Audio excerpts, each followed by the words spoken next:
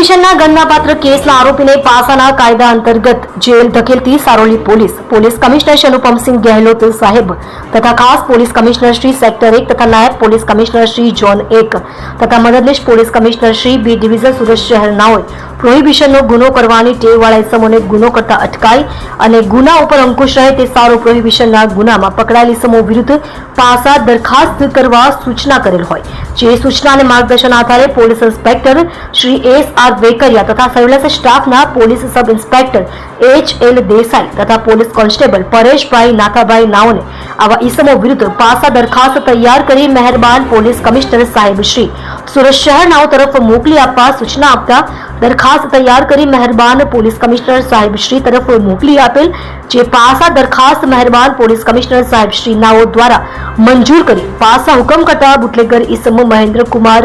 નાથુલાલજી મેવાડાની પાસા હુકમની બજવણી કરી મધ્યસ્થ જેલ અમદાવાદ ખાતે મોકલી આપી પ્રશંસનીય કામગીરી કરેલ છે।